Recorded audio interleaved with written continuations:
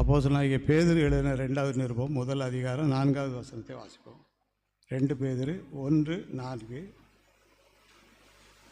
2 பேதுரு 1:4. இச்சையினால் உலகத்தில் உண்டான கேட்டுக்கு தப்பி திவ்ய சுபாவத்திற்கு பங்குள்ளவளாகும் பொருட்டு மகா மேன்மையும் அருமையான வாக்குத்தத்தங்களும் கிறிஸ்துவுடைய திவ்ய சுபாவத்தை பற்றி நான் ஒவ்வொரு மாதமும் ஒவ்வொரு வசனத்தை வாசிட்டு வரோம். திவ்ய சுபாவம்னா அவருடைய மாறாத மகிமையான நல்ல குணங்கள்.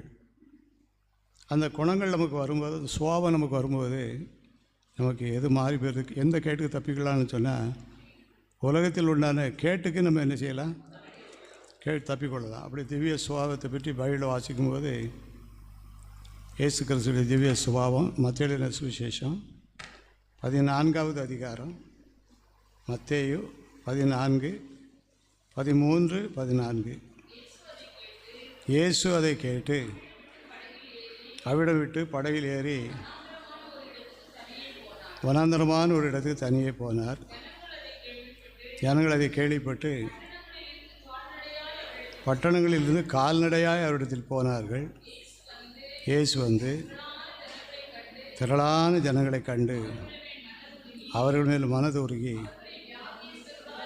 அவர்கள் வியாதியஸ்தர்களை சுத்தமாக்கிறார். போதும். இயேசு கிறிஸ்துடைய திவ்ய சுபாவம் என்னன்னு சொல்லி 14வது வசனத்தை வாசிக்கும்போது அவர்கள் மேல் மனதுருக்கம் உள்ள இயேசு.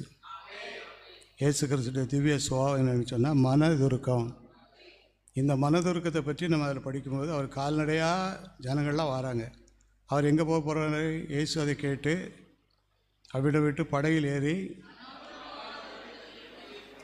தனியாக போகிறாரு. வனாந்தரமான ஒரு இடத்துல போய் இருக்கணும் அப்படின்ட்டு போகிறாரு.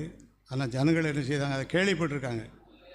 இயேசு எங்கே போய் பார்க்கலான்னு கேட்டால் இப்போ தான் வனாந்தரமான இடத்துக்கு ஒரு படகுல என்ன செய்கிறாரு, போயிட்டுருக்காருன்னு சொல்லி கேள்விப்பட்ட உடனே பட்டணங்களிலிருந்து கால்நடையாக வேறு போக்குவரத்து வசதி இல்லாமல் இருந்துச்சு, நம்ம தெரியல. கால்நடையாக நம்ம கால் இருக்குல்ல போதும் அப்படின்னு சொல்லி காலை திடப்படுத்தி கால்நடையாக எடுத்து போனார்கள். இது யார் பார்க்குறா? இயேசு வந்து திரளான ஜனங்களை கண்டு. இன்றைக்கி ஜெப ஐக்கியத்தில் இந்த திவ்ய சுபாவம் வரணும்.